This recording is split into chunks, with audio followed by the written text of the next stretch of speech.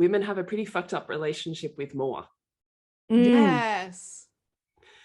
Because I'm always saying wanting more doesn't mean what you have is shit.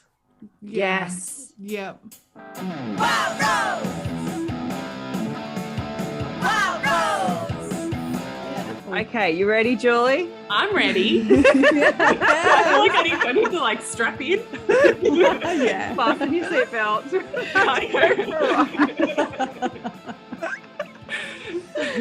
Oh, I love that. Oh my gosh. Welcome to this week's episode of the Wild Roads podcast. We have Julie Tanner here with us today, who Shona and I fangirl over all of the freaking time. So we are so stoked and honored to have Julie on our podcast. You probably hear me talking about her all the time. I always refer to her work because she's just absolutely incredible. And she is somebody we love to chat to about not doing stuff normal, about taking the wild roads. So before we get into our conversation, Julie, hello, welcome. Hello. Thank you for having me. I'm so excited. Oh, I'm actually a little scared. The whole like, are you ready? Yeah. I'm like, whoa, okay, where are we going? I love it. I didn't mean to scare you. But before we get started, we also like to kick off our podcast with hashtag awkward question time, where we just ask a random question and just to get the conversation flowing and going.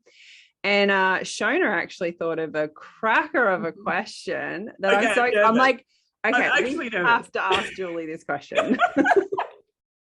So it's been in the bank in the vault, ready for you coming on to the podcast.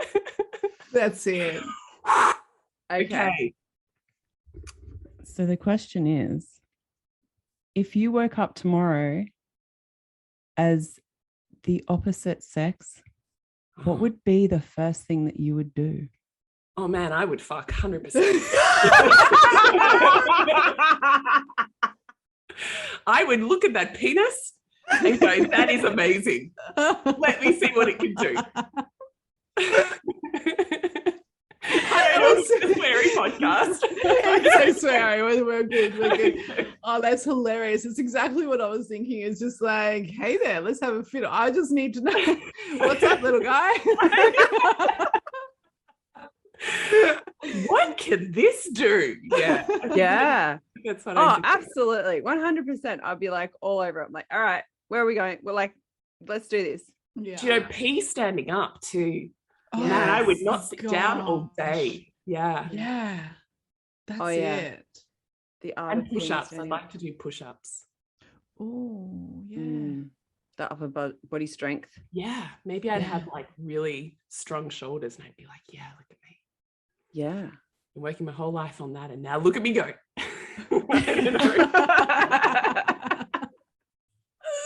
That's a great question though. I love your intro on your podcast. That is so awesome. How fabulous. It is a bit cool, isn't it? It's Thank very you. cool.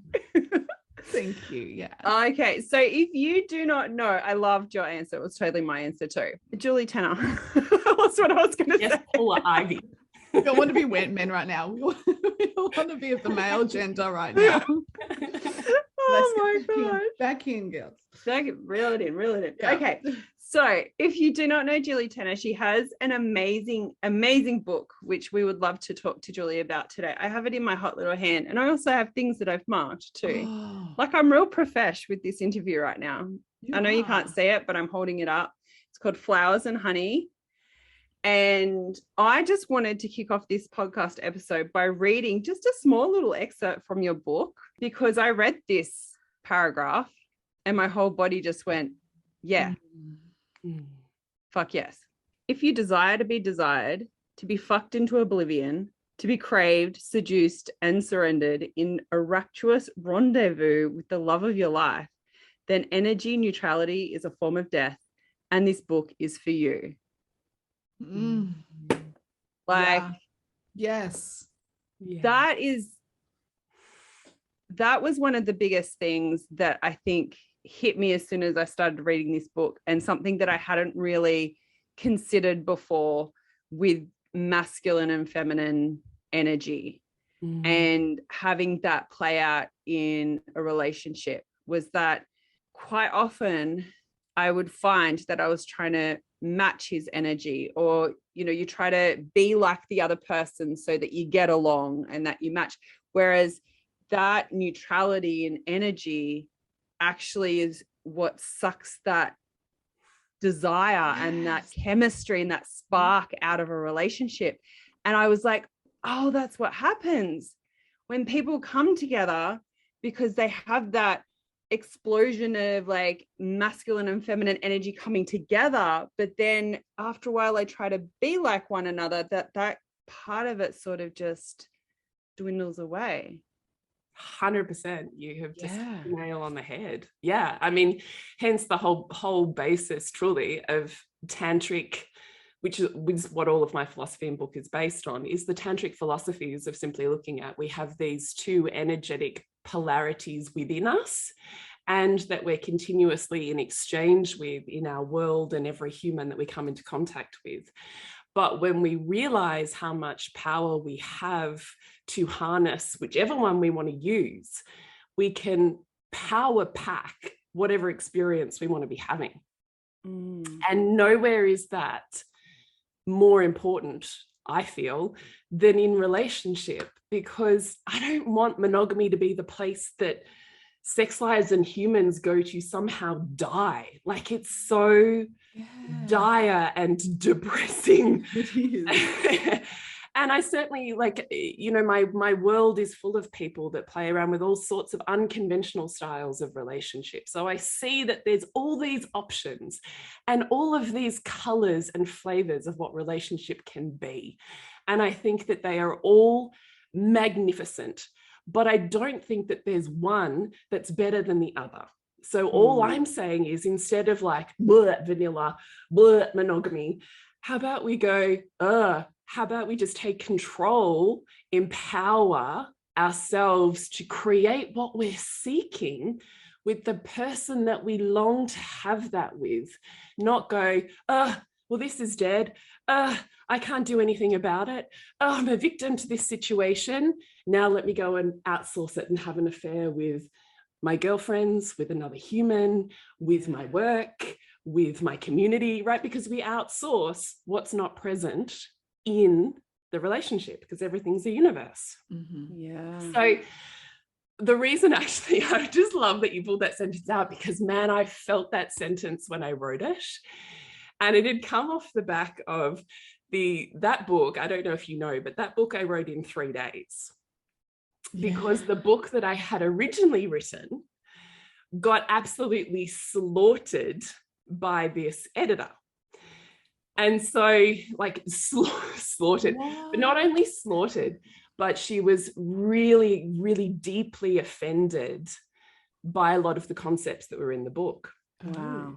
Yeah, but it was such a fascinating process for me, because she got really triggered. She stopped being professional, and it was just this, like, you know, go at each sentence that she wasn't aligned with as a feminist, masculine energy based professional woman in the world, right? So I had to decide with all of these comments, was I going to go, okay, this book just isn't for you. This is for the person who already has a spiritual basis, who's already interested in polarity, or am I going to rewrite this book? And I had a deadline, it had to be 3 days, and write it for the women who she represents, which is, I think, a larger majority of women in our culture. Right? Hyper masculinized, doing mind focused, trajectory, to-do lists, organizational mofos. Like, we live in this world of like leaning forward, getting shit done, valued and validated when we use our mind and our intellect and our intelligence, and we make sense. And, you know, like, we live in that hardened world. So most of the women that I see, I'm like, oh man, if we knew the power that we have when we slip into this softness of feeling more, of opening our sensuality, of really tapping into what our true vitality is within our sexuality, if we knew how to communicate that bridge in a way that felt so fucking sexy and that you felt seen and felt in that moment, we wouldn't have this dysfunction. We wouldn't have this fighting of minds and this belief that when we're like that, we're weak and pathetic. And when we're like this, we're strong and capable in the world. So when I wrote that sentence or that paragraph, I wrote it just feeling into this woman, thinking, it's cool. Like, I want you to love what you've got. If what you love in this moment is a meeting of minds where there's no sexual chemistry or zing, you are just like intellectually, you know, playing that mental tennis ping pong and tossing up ideas and riffing with each other, and that lights you up. There's no sexual zing, but the meeting of the minds is like next level. Then please, like, fucking enjoy the shit out of that. Yeah. Don't be doing it and going, gee, I wish it was different. That's it. Yeah. So I wrote it going, it's cool. Like, the woman who wants this work and this book is the woman who says, yeah, I get to be powerful in the world. Yeah, I get to do shit and be strong and mentally focused. And there's this part of me that craves to let go and be seen for how sexy and sexual and glorious and open. And I want to feel the relief and the ecstasy that comes from my body and from the meeting of when it's so like, bite into it, juicy in a sexual context. Like, that's who this is for, because you get to have both. Yeah. But don't do one and then hate it because you wish it was something else. Like, just don't do that. Yeah. And don't put it off as like, oh, it's not my fault that it's like this, or it's not my responsibility to go after what I want. The world has to change. I have to find the right person in order to be able to bring that to me. When just realize your own power in that. Like, it's not your like fault. It's not something to be shamed about or, you know, feel bad about, or like, oh, well, I'm a terrible person because, you know, every time I go in a relationship, this happens. But like, just realize the power that you do have. And when it starts to feel like it doesn't feel like the relationship you want anymore, like, you do something about it. Don't just sit back and wait for it to completely unravel and fall apart. Be like, yeah, okay, what do I want? Yeah. And then how do I do that? Like, what are the things that I can do that help us as a couple to really connect and be closer to each other? Because I feel like, you know, my marriage with my husband, like, we've always been really good. But since diving into this work over the past few years and then like deeper with your book, it just like, I'm like, yeah, it's been great and it's been good, but like, this is helping it like go next level and deepen and continue to deepen over a lifetime. It doesn't just get to a point where like, okay, we're done, tick, we're great. It's like, we're constantly growing. And for us to grow together and evolve together in a way where it, like, our relationship itself, not only each part, like each of us, but the relationship itself gets to grow and deepen into something more over time as well. Like, it's such beautiful work when you get your ego out of the way of like, oh, he should be just know this stuff. He should, you know, just do that for me or whatever. Yeah. Into, well, I actually have the power to make it whatever I want it to be. So why don't I dive into that and worry less about what I think he should be doing or my partner should be doing, and more into like, what's going to feel more good for me.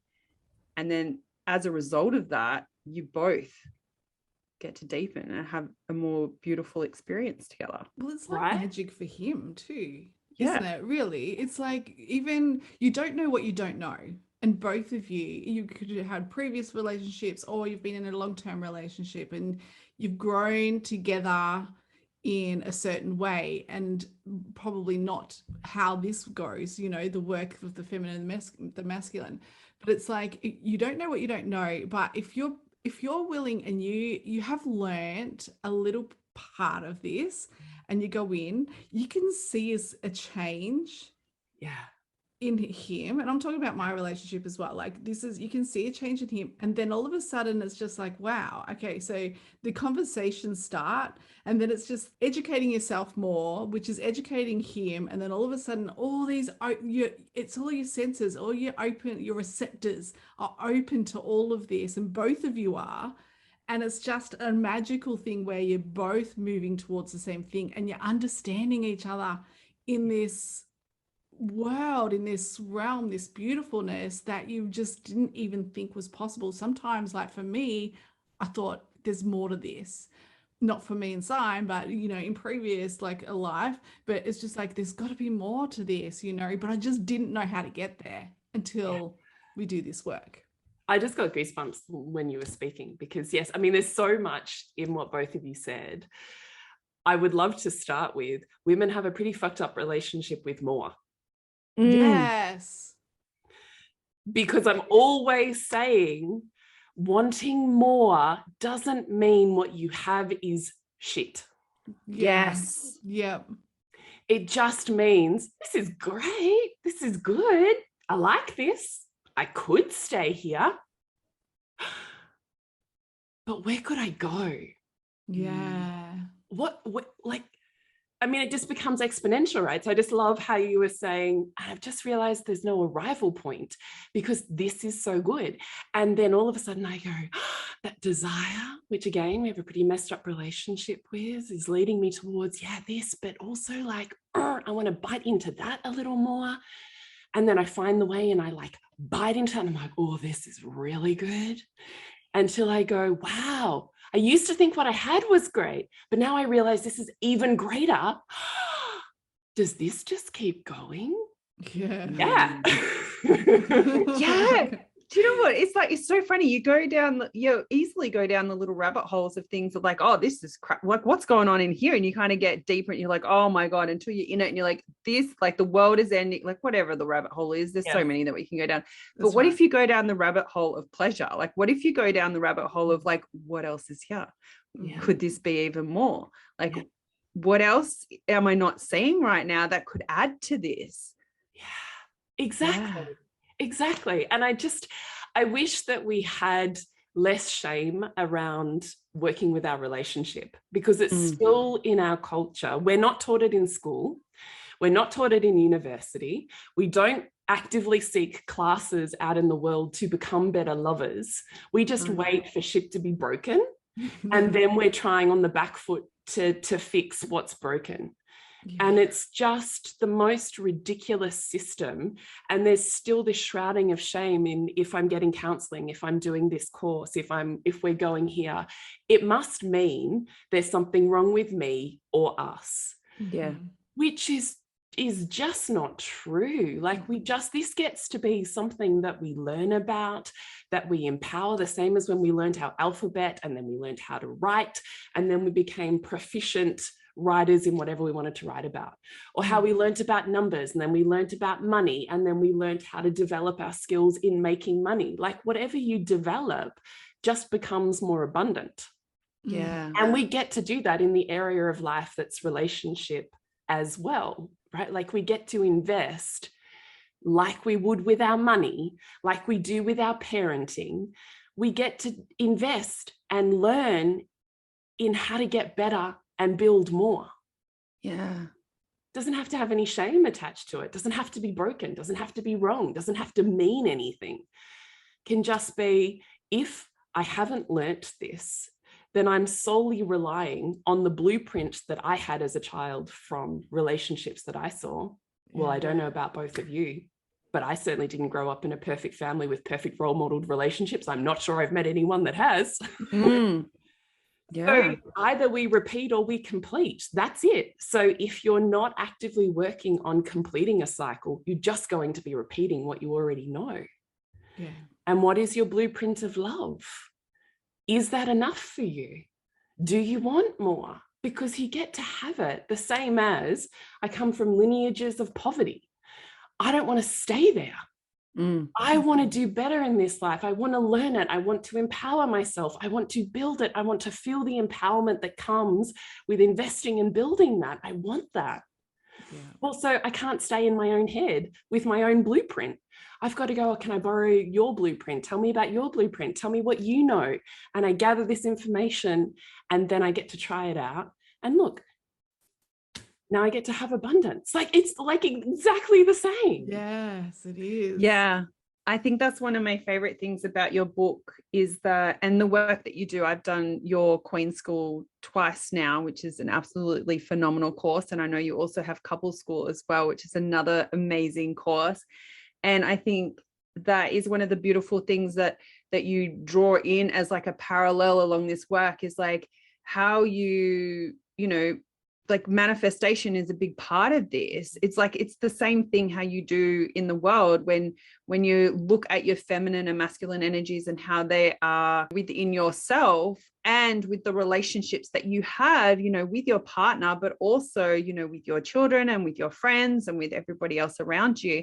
And really diving into, I really love how you dive into the parallels of that, because I know a lot of us will happily go, okay, how do I manifest stuff and whatever? Oh, but I'm not going to like go into my relationship because like, oh, if I do that, then it means that I think that it's shit. And then I'm going to be judged and my partner might be judged if I'm trying to learn about relationships and they'll be like, whoa, what do you mean? Like there's, yeah, you're right. There's huge shame around it. And it is such a shame that we don't actually learn how to be in relationship or what that means or how that feels or why masculine core beings and feminine core beings are so damn attracted to one another in that energy, but then also we seem so opposite with the way that we actually think and move and build and all of these things. It's kind of like that.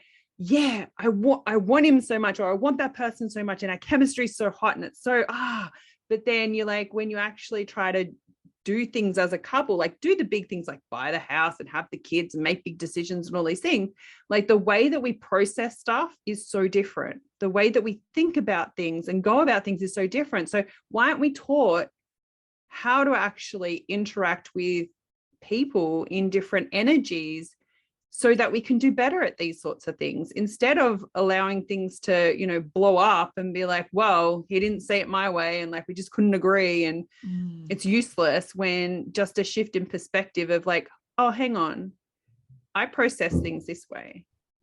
He or she, or they might process things this way.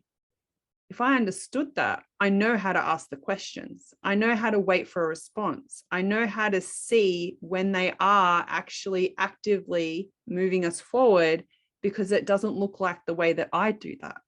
Yeah. Oh man, I just love all of that. I love that so hard. I'm always reflecting on, there was this beautiful woman in one of my Queen School courses who was like an epiphany moment. You know how with your clients you can watch them like have that moment. Oh yeah. Oh, I live for those moments. And I remember her going, holy moly, I have literally just watched, like I've put out my desire to my husband and said, you know, here's what I would love, but he's never done it before. I've never seen him do it. I'm pretty sure, you know, all of the stuff that we say, but okay, Julie, I'll give this a go. And I do the thing and I say the words the right way and I match it with my body and I'm waiting. And she said, I have just watched him get to 10 the same way I would get to 10, except my way is 8 plus 2 and his way is 5 plus 5. And I've spent this whole time going, your 5 plus 5 is rubbish. You'll never get to 10. And I've just realized I get to feel really good leaning back, not having to insert myself in doing the thing I'm sure he can't do. When I let go of my own mask that says my way is the right way and the best way, which is what we all think in our mask. Oh, yeah. Right? Mm-hmm. Oh, yeah. I get to lean back, receive, let him lead me, us, project, kids, whatever it is, and I can relax during it and at the end of it go, wow, you just met me in every way that I wanted. It just didn't look like I thought it should. And I that's what I thought of when I thought of you saying that is, yeah, what if we could just learn in our culture how to give rather than what our entire love system is based on, truly, is getting. I need to get me some of that. I deserve that. Yeah. Give me this thing. You're not giving me that. Versus, like the universe, you have to give in order to receive. You have to put a frequency out to get a frequency back. And instead of withholding who you are, withholding love, shutting down, shutting up, all of the things, instead of that, what if you went, you know what, I'm going to blast out through my bullshit scarcity story and give the very thing I think is missing. Even if I don't do it to my partner first off, I tell people all the time to do this challenge. When you sit there going, nobody sees me, I'm not seen by my partner, it hurts so much because they don't hear me, see me. Okay, so let's blast through that story and see how much you're seen and loved and adored. Send 10 text messages to 10 of your girlfriends, telling them how you see them and what you appreciate in them and how they have influenced your life. Give what you think you're not getting. And you watch that come back to you tenfold. And yet we have it round the wrong way. We withhold, we wait, we step back, we whine and whinge and stamp our feet about the fact that we're not getting what we want. But you've got to be an energetic match for that. Yeah. Are you giving it? Probably not, if you're not getting it. Exactly. Yeah. And you hear so often about, it always blew my mind about hearing other women speak about how they don't enjoy being intimate with their partner, or they won't give it to him because he didn't do this and because he was bad and all of this sort of stuff. And it's like that, it just causes this greater distance and even like less of what you're actually wanting. And like what you said, and it's the same way with the universe, like what you said, that the more you give without the expectation of receiving something in a certain way, or just the expectation of receiving altogether. It's like, I give love because I am love. I give love in the ways that I would love to receive love, because I treat others the way that I want to be treated. And I just want to put more love out into the world. You watch it come back even more fold than what you've put out there. Yeah. But when you give in the expectation of receiving, and I think that's a lot of where like my own mindset had to like kind of get over, my ego had to get over, was like, well, why should I do this if he's not even doing that? Like, why should I have to do more in order for stuff to change? But really it was, like that holding back energy of like, well, I'm not going to go first, and you're just expecting them to go first. Whereas, and I love how you explain the single focus of the masculine energy. Like a lot of the time, the feminine in us is like, what about this and what about this and what? We're like, we've got 50 million tabs open with all the things, whereas he's very single focused, and he's probably not even like aware of like most of the stuff that you think is an issue or a problem. It's like, oh, there's nothing going on there, it's all good, tick, we're done, like don't need to pay attention to that because we're good. She hasn't said anything otherwise, we're good. Yeah, you play it cool, he's 100% sure you are cool. Yeah. Absolutely. The analogies in this book of, the masculine is the mountain and the feminine is the flower. Yeah. And that really helps me to give a visual to that, because the mountain is like, I'm a mountain, and it's got either side of the mountain, and it's like, we just go until we reach the top, and then we go climb another mountain. Whereas the flower is like opening, and she's got all these beautiful petals, and it's like this beautiful, like, it can be like a slow opening or a slow closing, or it could be, I love that the way that you have described this. Absolutely. Yeah. In this book. It's so beautiful. Oh, thank you. Thank you. I also used those metaphors of mountain and flower, just one, because they give a beautiful descriptor of what it actually means, but two, because I'm still playing with the language of it all. And like even now, I think that will always continue to evolve for me, is that masculine and feminine are deeply flawed words because of how much colonialization, suppression, harm, and control is directly associated and attached to those words. Yeah. So some people yeah. find them incredibly, one, harmful, and two, really difficult to be with, to sit with, to identify with. So I love this idea of, okay, let's just let those two words go, because we don't have to use them. Yeah. What we want to do, what's more important, right, like Shona shared, was that we have a shared language in the couple, so that we can both say, which is what they're supposed to be, one word, masculine, feminine, mountain, flower. For my husband, it's giving and receiving. So the masculine is the energy of giving, penetration, forward movement, providing. And the feminine is the energy of the flower, receiving. I'm opening, I'm receiving, I'm feeling, I'm sensual. I'm the one that's receiving that love. So my husband doesn't identify, and this is the problem with a lot of men in our culture too. They have a fairly complicated relationship with the feminine. I think we all do, but men have an added layer. So he can't even as yet identify with the part of him that's feminine. He certainly doesn't feel comfortable identifying as a flower. So that language was difficult for him. So when we're looking at how do we create a language together so we can understand each other better, if I'm communicating with him, I'll use giving and receiving. I really need to move into how I'm receiving here. I really need to be I use fem and mask. And that changes things enormously. So my invitation to you would be, what are the words that work really beautifully for you? Yeah. I know when I was speaking with Amy Taylor-Kabaz, she said the words that she really resonates with are rock and ocean.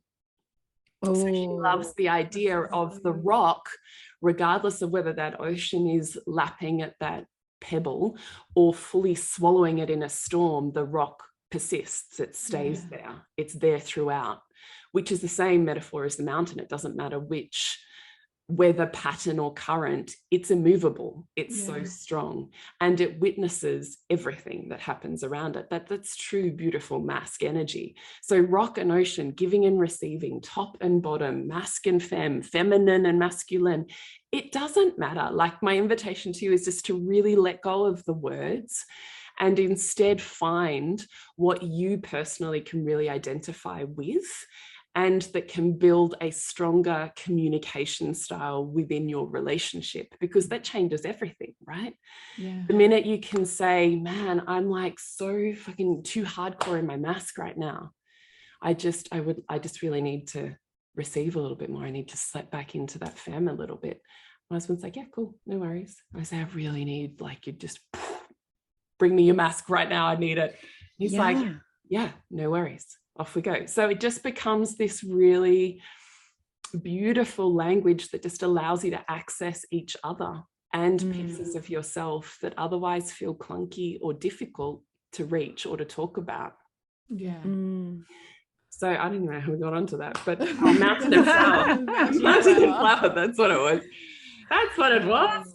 So I, you know, and a lot of the work that's in there too is infused with Tantra, and also like the single focus, like, is from all of these incredibly different mentors of mine. One, you know, Alison Armstrong, it's a lot of, like, I loved her focus on how men's minds worked.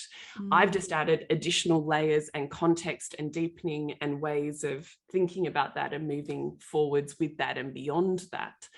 So if that language speaks to you, and that's what it's there for, but I just wonder how we could love each other better, rather than expecting each other to be the same in order to receive love. Yeah. Yeah, it's so beautiful. The conversations that we have, and it's very interesting, there's a line in your book that says, and I might not get it fully right, no flow is pain to a flower. And that was a conversation that Simon, my partner, and I had, and it's just like, and he was just like, oh my God, I see that now. Like, I see it. And oh my God, that's so you. And it's like, and it's just like, well, it's not just a me thing. It's like, it's in my feminine thing, but it's like, that's true. Like, that's why even when I can't see it, I've got my walls up. It is pain for me. When I have pain, my walls are up. And then, and then it's just like, all right, there's this tug of war. Okay, I got to get into my masculine to solve this problem for myself.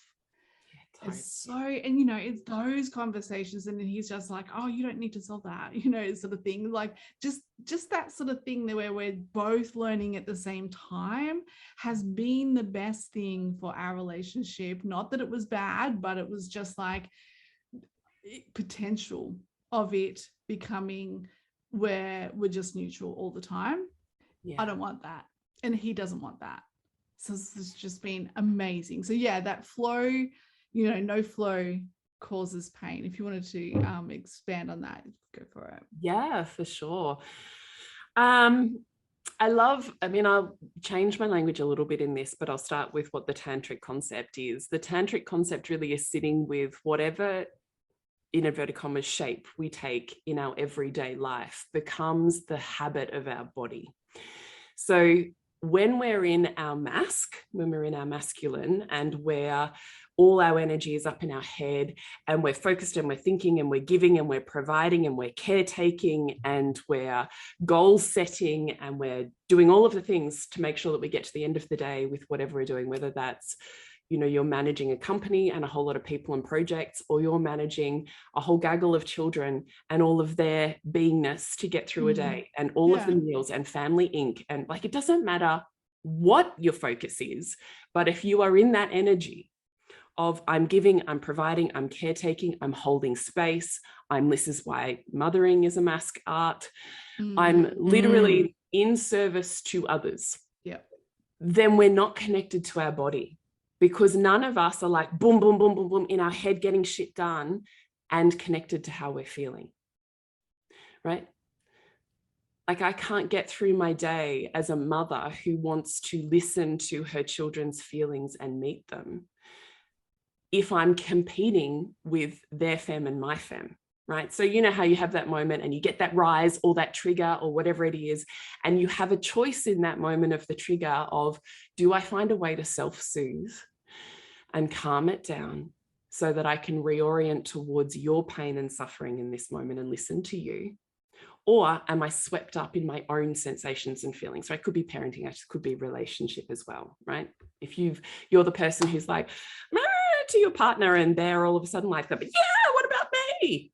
Right? It's that. If we both stay in our femme, nobody is listening to anybody. We're just like, I feel. And you're like, but you're not listening to me. I feel and I feel and I feel. And no one goes anywhere. So when we're not feeling and we're in our mask and we do that soothe, that swallow, that cool down, that disconnection from our body in the variety of ways we can do it. Because you can bet that we can meditate out of our body and away from our body's feelings. And we can do classical yoga that asks us to move beyond our human feelings, but beyond our body's needs and demands. Yeah. And we can shut down needing to go to the toilet. We can shut down being hungry. We can swallow what we're feeling. We can swallow our desires. We are all day disconnecting and orienting away from our body. Mm-hmm. So when we're in a hardcore mask, you might forget to eat. You might forget that you haven't slept or that you've been running all day. You're not even connected to where your body is at or how it is, because you're so in the land of consciousness, mind focus, the future that I want to arrive at, whatever that end goal is for you by the end of the day. So when we do that and we're not connected to the body, we become very still. So our body becomes still in its nature. Our muscles become still and tighter. We become more like this, rectangle that doesn't move terribly much. We're just very, we stand up and we sit down, and that's about all the movement we get in a day. And we're very mind focused. When we practice over and over and over not feeling, we become masters at not feeling. And when we practice over and over and over stillness, we become masters at invisibility, right? So then we sit there going, I'm still, I have no energy flowing through my body. I'm not connected to feeling. I don't even know what I would feel or what would happen if I felt. So I'm not going to feel. And then I'm very sad that nobody's paying attention to me or looking at me or seeing me, or that there's any type of passion or desire flowing through my body. You simply haven't practiced it. You've been practicing its opposite all day. And that's fine. Some of that is fine until it becomes painful, right? Until there's the part of you that's hurting about not feeling seen, because there's a part in all of us that longs to be seen, particularly to be chosen in our day-to-day, for someone to say, I see you and I choose you. I choose you when I open the door. I choose you when I arrive at my girlfriend's house with your favorite coffee.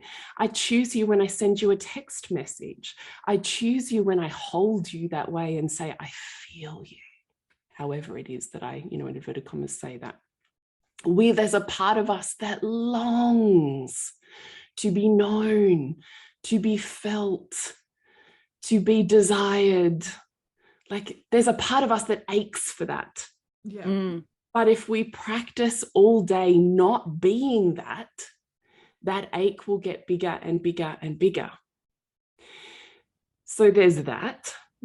Then there's also, every time I choose to orient away from my feeling, away from desire, away from how I'm truly feeling. So maybe I'm angry, and instead I like do that grit thing and like shove it down in my body and get a bit harder.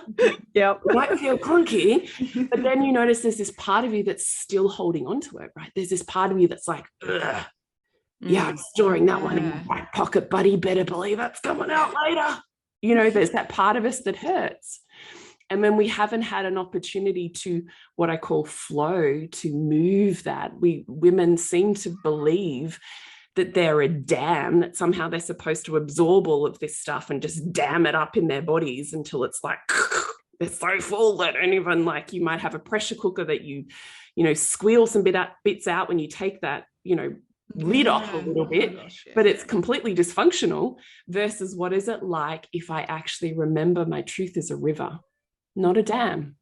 When I'm designed to flow, when my body is designed to feel, and when we feel, our muscles are relaxed, blood flows, feeling flows, sensation flows.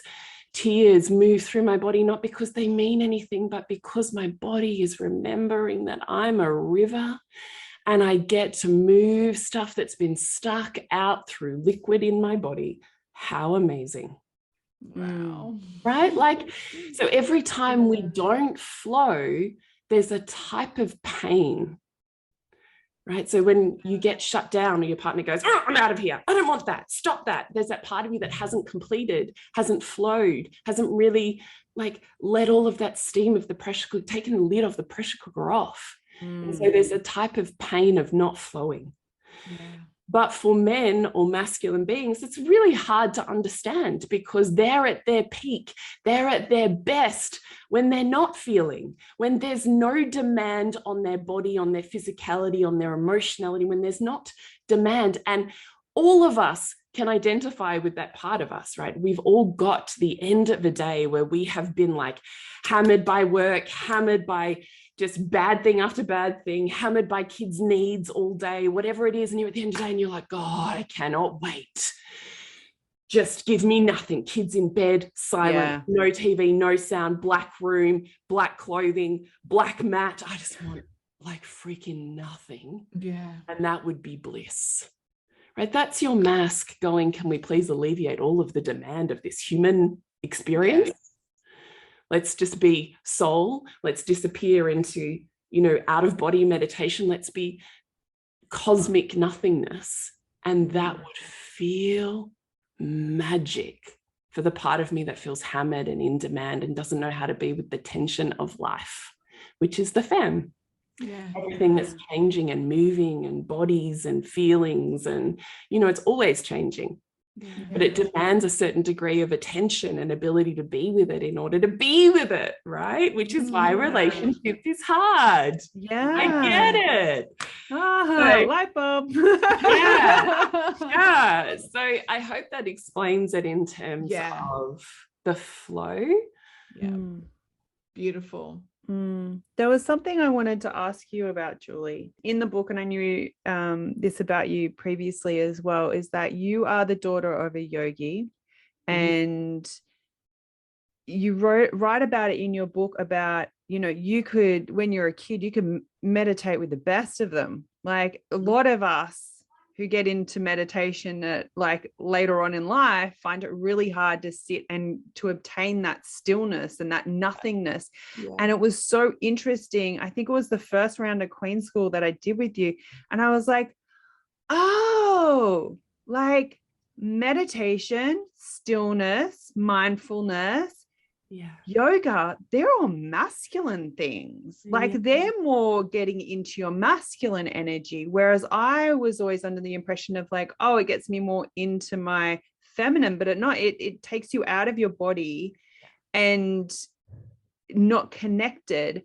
And I actually wanted to ask you about that, because you write about how you had to heal your masculine because there was so much, I assume, the way that I read it was that you were so good at meditating that there was a disconnect from actually feeling and allowing that flow through. Yes.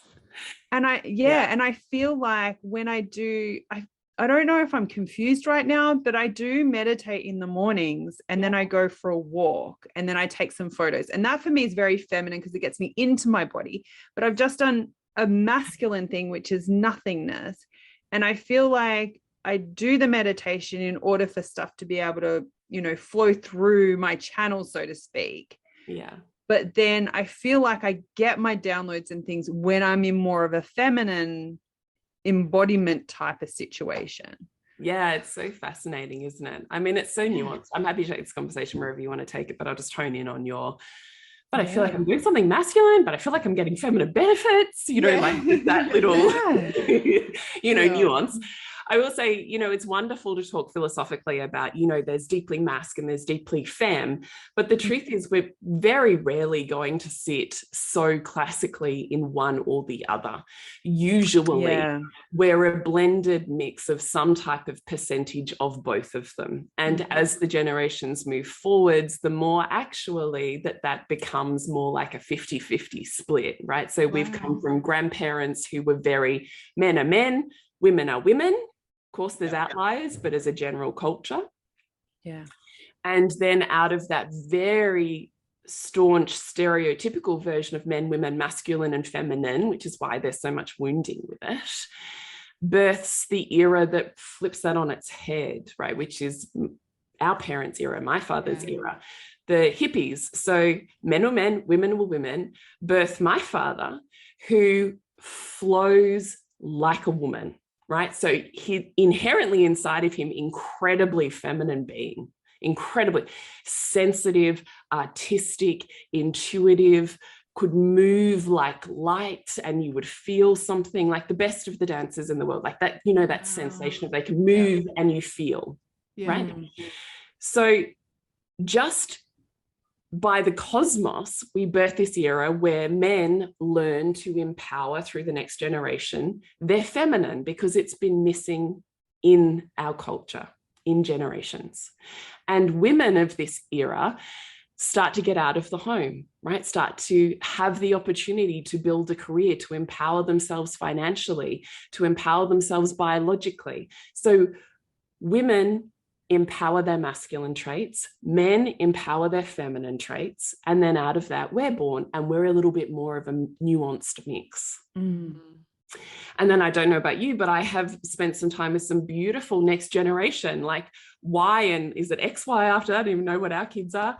And they're like so glorious, right? I mean, they're pushing all of the edges on there is no binary.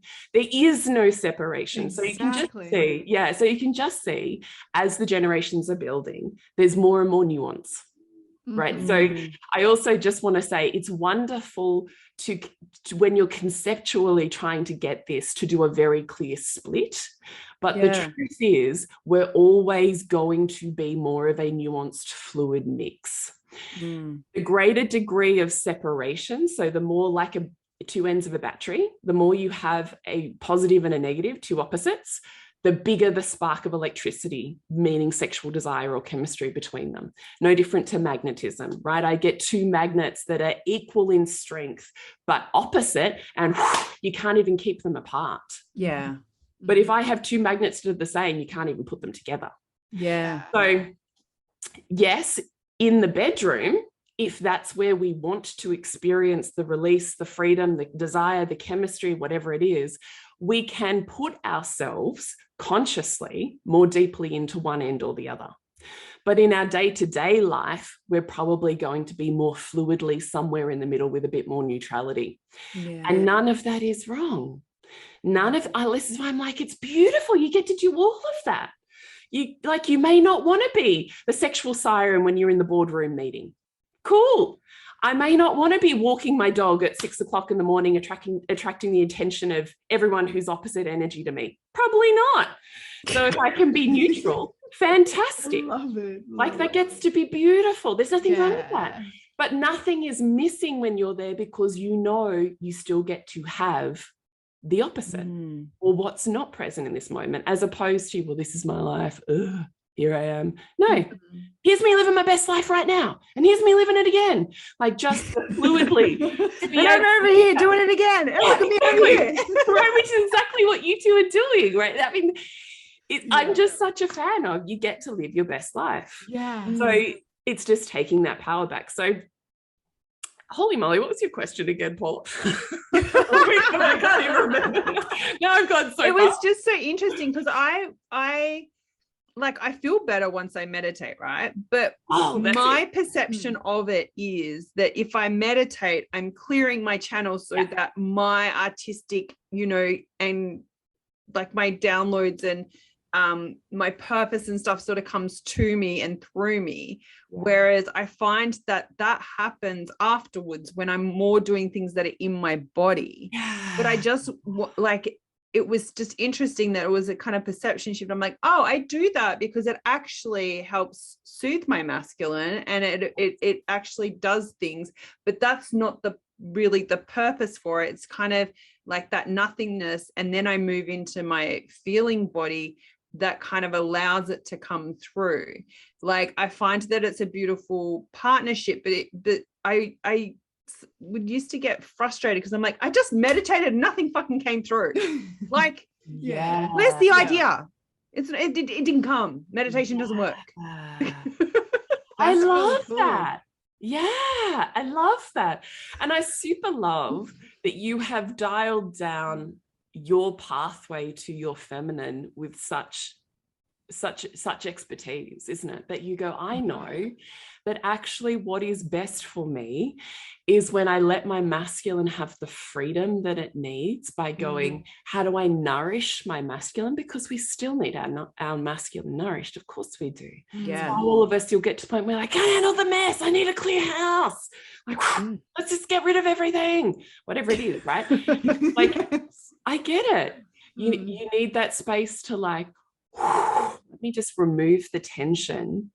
But then what you're doing is so artful, because you don't just stop there in let me cool the jets, the end, and then all of the shit that was sitting there just kind of stays there, probably in my pelvis or blocking my heart to my lover, just stays. It's just that I've cooled the experience of being drawn into it in this moment. What you're doing is cool, and then you're going, what's here? Which is your mask, your own beautiful mask, turning towards your own beautiful femme and going, I will witness you. What is here? It's just the most beautiful thing, because you've given yourself everything you need to then go, and what is here for me? What is here? What's alive? What can I move with? What wants to move through me? And when you do that, and then I'm sure like you do, and we see with your images, the more that you spend there, the more you sink into it and the deeper those images go, right? Like, I mean, it's beautiful. Yeah. And I'm sure that's the same for you and your work, Shona, right? I mean, what's the process that you use to cool your jets and get in the vibe of whatever it is that you're creating or feeling into the space? Like, how do you do that? Mine is like I need to get out and walk or get on an exercise machine or palm bind, or that is for me is my definite release. The thing is that what gets me a little bit is that I will fight that. I will, you know what I mean? Yeah. There's like, no, I'm not, I need to get into my feminine, and I'm just like, or like I have a massive tug of war of that. My feminine's just like, she just wants to be, you know, dig her heels in right now. And I don't know what that is. And that's a little bit of confusion and work that I need to do, and just to dive deeper on for myself and work that out. It's just like, why am I procrastinating? Why am I fighting this? When I know for a fact is that if I go on a 6K walk and I try and do it in under an hour, or an 8K walk, or if I get to, you know, go and do some form of beautiful exercise that I love and that it's pumping, that it's like my mind's not on anything else other than how am I physically feeling strong, that I'm getting like there's a bit of strength there, a bit of raw there. And then I know that I'm going to feel amazing after that. And I am just so loved up on myself after that. It's not funny. It's like, I can, you know, I'm just, you know, I can, Simon can sense it, the kids can sense it. I'm just like, there I am. It's just like shower, flowy, beautiful, and I can create. And that's just how it is. Like it's, but I fight it. And why do I fight it? I don't know. It's just, I know. Do you know though? I think we all do. I mean, I think this is like the conversation with more, right? Is we have a fairly messed up relationship with receiving. How do we feel about receiving? We have a pretty messed up relationship with how do we feel about feeling, because were we allowed to feel? Have feelings been safe for us? Yeah. What have we learned? Is it the removal of love when we begin to feel? Yeah. So like we've got older stories that's like the reason under the reason. Yeah. Right. And I think what we also forget is that we think that pleasure will be an instant yes. We think that pleasure will be easeful. Well, of course you would choose that because it's good for you. You feel good. But the truth is it's not always the easiest option, right? And we're pleasure-seeking, pain-avoiding creatures. It really just means we'll pick whatever we perceive is the less pain in any moment. Yes. So when we know that about our humanness and we go, oh, you know what? It would be easier for me to say, no, I won't take the time to feel right now than it would be to feel. I'm going to feel better at the other end of feeling, but right now in this moment while I'm making the decision, it feels hard for me because of my backstory and also because my human part is always going to be perceiving that I choose the lesser pain, which based on my history is to avoid this thing that takes me somewhere it's not safe for me to go. Definitely. So I love that you know that. I love that you know when I find my raw, because I mean, look how beautiful is this? There is no one path into a feminine, right? I mean, Paul has shared her path. Shona's here going, I have to like find my raw. And when I found my raw and I've sat with how my body wants to move and I've moved it in the way that it's asked to be moved and responded to, I feel like that pressure cooker lid's come off and I'm back to being able to connect with you again. Yeah. Like there is no one way. And it may not be that what worked yesterday is going to work for you today. And I think that we get confused about that.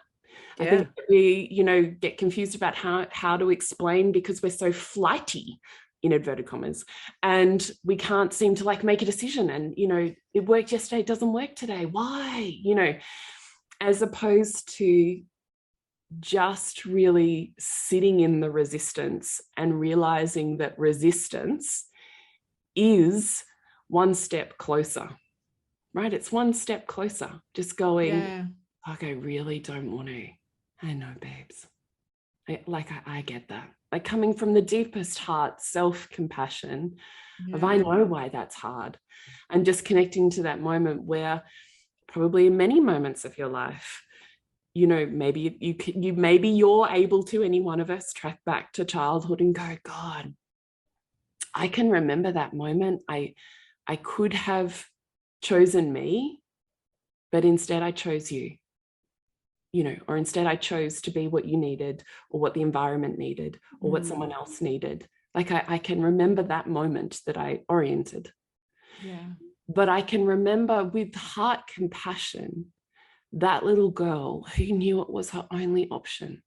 Like, we don't evolve a strategy unless we've needed it. She needed it. It kept her safe. It kept her part of a family unit that made sure she survived. It got her the love that she needed to survive. And we all need love, and we will trade whatever it is that we perceive we have to trade in order to get that, because it's such a basic human need. So instead of judging that, just being like, oh, fuck, babe, like, yeah, man, I know. And then in that moment of resistance, if you have the capacity to be with yourself, and sometimes we don't, sometimes the best regulation we can give ourselves is to cool our jets and move on with our day. And that gets to be beautiful.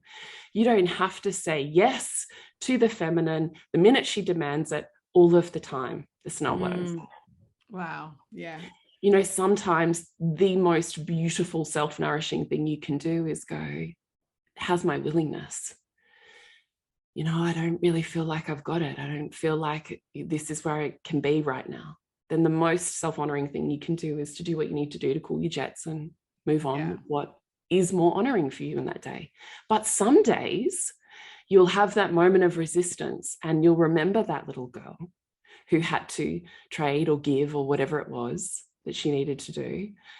And you'll go, oh, yeah. You know what, babe? I can love you through everything that you are right now. Even as we take this one step, I can say, I know that hurts. Yeah. Because I didn't get that back then. And even as she shuts the door behind her and she's still pretty freaking scared, I go, I know, babe, but come with me. I'm going to make sure you're okay. Because I've become everything that she never had back then. And so I get to bring my little girl with me. She doesn't get to run the show. So I just always think we could offer more self-compassion than any one of us have learned. Yeah. Absolutely. Man, I just got emotional. I feel it. Yeah. Oh, far out. I got the feminine transmission, right? Is because, like, as I'm speaking it, I'm feeling it. And that comes out from me. And so you, a listener, whoever sees this in space and time, feels that frequency too. Like that's where we have forgotten the power that our feminine has. Yeah. Right? Like, sure. So beautiful. And, you know, I still mess up all the time. No, you don't. Yeah, I do. In fact, I can tell you this morning was an absolute doozy. So I'll share this with you just so you know please. How human I am.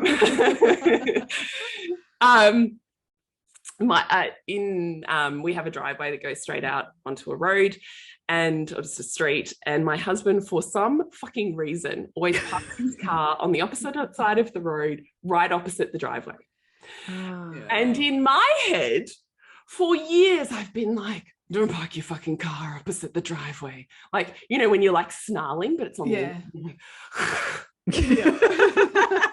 But there again. Because I find, as I'm backing out of my driveway and I've got kids now, I'm like, have you got seatbelts on? Who's got their bags? I'm actually not as focused on I'll check there's no one, you know, on footpaths, but I'm not as focused to the car that's on the opposite side of the road. Yeah. And so many times I have had near misses. Every time I'm like, don't park your fucking car there. In my head, that's what it's been. my girlfriend backed out of the driveway and hit his car that we've only just had repaired like a month ago. Like there's been so many, and even when that happened and she's come back in and just gone, I'm really sorry. I've like turned into, I've told you all of the time not to park your car there. I'm like this. To the point where even my friends like, Oh, so I hit his car, so. and I'm like, yes, but I've told him. I've told him. Like somehow I'm his mother, right? Yeah. And he's in his mask, and he's like looking at me like going, I'll park my car if I fucking want to park my car. Like, you know, you're the person that's not driving properly, you know. So Totally. So I have been reflecting on the fact that I'm like gritting it down instead of going to him in my femme like we just did then, where I feel the desire or the pain or the fear, and I really let myself feel it. And then I let that be felt by him. So seen and known and therefore felt by him, and share from, I'm really scared. I know this is not, you know, whatever it is. No. I didn't do that. I didn't tell him my truth. No. I didn't reveal in my fam. I was just like, there he goes again. He's parked there again. Motherfucker. You know, like this. But never actually taking my truth to him and never actually having a conversation in my fam. So this morning, I back out and I hit his car. I've even got, because we carpool, I've got other people's kids in my car, and I'm like, fucking. I'm like this in the car. Fucking fuck! Before I realize there's like everybody in the car is silent, just all these kids are just sitting there. I have a, you know, a big 8C in the car. All these kids are just sitting there as I'm like having this fucking fuck moment. Call your jets, mum. Call your jets. I know. I'm like, motherfucker, he's parked there again. I've told him. You know, like there's no part of me that's owning this. I'm in my head reflecting on all of the times I've like yelled at him not to park his fucking car there, and he's still parking it. You know, like it was a nightmare. Oh man. Anyway, I'm like, cool your jets. You fucking have to man up here in inverted commas, get the kids to school, do what needs to be done, regulate yourself, because I also have a daughter with additional needs. So if I'm dysregulated, that situation is a shit show. So I'm like, regulate the shit out of yourself, Julie, right now, and get to school. You know? So get to school, drop everybody off, come back and go out and check the damage. So because he's working from home, he sees me. He's like, what are you doing back? And I'm like, you parked your fucking car on the opposite side. And I've told you so many times. And now I've hit it. You know, it's happened. It happened. You know. And so he does the mask thing where he just like walls up, seizes up, gets dense, says less, gets me, you know, how they get that concentrated like and you can't penetrate it thing, which of course me as a femme who's like, doing this is like, the more dense you are, the more I want to like just poke you, because I hate the fact that I'm like, and you're not saying anything. Apologize to me right now. Like all of it, right? Like, I just need you to say, you're right. You've told me so many times. Anyway, so I know, but I know better. I know better. And he's like, well, I'll just, you know, go get it. You know, I'll just go get some buffer stuff or something. And in my head, and I'm like, no, you won't. You won't do that, because that won't happen. You know, like all of the things are happening in this incident. So I get home and I say to him, okay, I need to take Gwen, who's our 4-year-old who's home. I got to go sort my shit out. So I went into my bedroom and I shut my door. And for me, particularly when I'm angry, because women's pelvises hold so much tension, and everything that we kind of like down goes generally into our pelvis. I know my inroad into my femme has to begin with almost like not breaking down, but opening up the tension that exists in my pelvis. So I always do like a wide leg kneel. So I get on my bed and I do my wide leg kneel, and I'm breathing as deeply into my pelvis as I can. I'm like, oh, I have to get this like beast out of me, right? Like this part that's so angry and Yeah. resentful, and that is just firing out at you, because I know the truth is self-responsibility, self-accountability. Yeah. But right now I can't do that because I'm so caught up in this. Mm. So I do the thing, and you screaming into the pillow and smashing the bed, and like, I just need to like keep moving into it and moving into it and moving into it until you hit the moment where anger turns into tears, because anger just hides hurt. Yeah. And so then I wait for the tears that, you know, burn hot and yet feel like such a relief. Like, so even, you know, like you were saying, Shona, it feels better to flow than to be Yeah. still and nothing. Like, had I just gone with my day, I'd feel pretty shit. Yeah. Versus, and I'm not parenting well in that space. I'm not That's- connecting with friends, and like, I'm not living my best life in that space. Yeah. So instead, let's open this up. Let's move deeper into it. So I'm, you know, screaming into the pillow all of the shit that I want to yell at my husband, you know, and which feels good until I get to the point of tears. And I'm like, oh, thank God, because it feels like a release, you know, like a bottle top off of a fizzy bottle just feels like, oh, thank God. And I get to feel the hurt. Okay, what is it that I'm hurting about? Actually, under all of that is I don't feel seen. I really don't feel heard, because I feel like in my world, I've said to him 100 times, don't park opposite the driveway. It's hard for me. Yet for whatever reason, he's wanted to choose his way and not listen to me. So under all of that is forget the car, forget the moment. I don't feel heard by him. Oh, shit. Okay. Yeah, that's it. And that's my desire under the hurt is I want him to hear me. Yeah. I want to feel heard. That's my desire. It might have started with anger, but truly under that is the hurt, and under that is the desire of what I really am seeking to live my best life.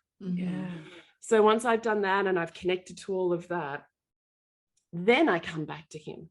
Now I'm in my fem. Now my heart is open. Now I can stand in super close, you know, belly touching proximity with eye contact with him and just say, I am really sorry that I did that, but I really, really need you to hear that I can't have your car there, because I'm so focused on the kids when I'm backing out of my car driveway. I'm not seeing the car opposite, and I need it not to be there. And I need to know that you heard that. And he looked at me and he goes, yeah, I really didn't know that. I don't think you've ever actually said that to me. And I was like, I know. I've like back pocketed that shit 1,000 times over the last 2 years. Wow. But I've never actually brought it to you like this. Yeah. Because the second I bring it to you like this, he's like, I will never park there again. Yeah. Had I done that shit 2 years ago, I wouldn't be living with the fucking scratch car right now. And you wouldn't be known as the mum who does carpool with all the fucking park. fucking fuck. Okay, you're not doing carpool with Julie anymore. Do you know, I had that moment in my head where I'm like, oh my God, what stories are going home? So, you know, it was such a beautiful reminder to me of how important this work is. And when we get up in our own ego, how easy it is to disconnect from our heart, and how easy it is to lower the bar on how we're communicating. And make up all of the stories about how I'm not listened to, and he doesn't listen, and he doesn't listen to me, and he just wants to do him, and all of the stories that make that true, when in fact all of it is foundationally on bullshit. Wow. Yeah. Wanting to meet me, wanting to give me what I want. He just didn't know, because I hadn't ever told him. And that's such a beautiful full circle moment, because what we spoke about at the beginning was like the way that we communicate with one another is like, it's so different, and how we're not taught that. Like, if we know how to communicate with one another, then we can avoid a lot of these moments where we don't feel like we're seen or heard. Yeah. And that blow up into these things of like, well, you never told me that. It's like, I feel like I've told you that 1,000 times, but you just haven't communicated in a way that's penetrated him that he knows, oh, okay, that's going to serve her if I stop doing that. Yeah, I'm more than happy to do that. exactly. Yeah, because he loves you. Yeah, exactly. So beautiful and profound. Thank you so Yes. much, Julie. This has been a beautiful, beautiful conversation, and we would love to have you on again. I love both of you and your work in the world Wow. and how you're pushing all of the conventionality that exists out there. I just think we cannot see, know, touch, taste that enough to be able to have the freedom to create the life we're here to live. So I'm, truly grateful for your work in the world. I'm truly grateful for both of you being in my life. So it's an absolute joy to be here with you, truly. Oh, thanks. Right back at you, sister. Yes. Yes. And We go have- get flowers and honey. Yes, absolutely. If this is sparking something inside of you, resonating, please go check out Julie's stuff. We will have all of the links to Julie's things and her page and where you can find her in the show notes. And please hit her up. She's amazing. Yes. Thank you. Definitely do one of Julie's courses too, because they're all Yeah. phenomenal. Absolutely. Yeah. Thanks. Thank you. Beautiful. This is our awkward goodbye. We actually just leave the conversation now. Yeah, like, so you stop. Wild Rose! Wild Rose! Wild Rose. Wow.